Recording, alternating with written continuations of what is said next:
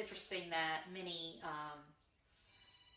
that teachers from America, from Europe, from Britain, particularly teach English in schools in China, and that's considered okay. But there's a ban on students. The exception to that in China is if the student's family has permanent residency. So that's the equivalent of a green card in China. But that's pretty rare and hard to get. Most foreigners that are in China, such as teachers, consulate employees, import-export employees, their own some sort of visa, which is not permanent residency. So China actually has a lot of schools to serve students who are foreign, and they can only serve foreign students. They have more international schools than anywhere else in the world. And in the past, and still sometimes today, COVID messed this up a little. Parents would actually give birth to children outside of China, in part because if the children had a foreign passport, they could go to those schools,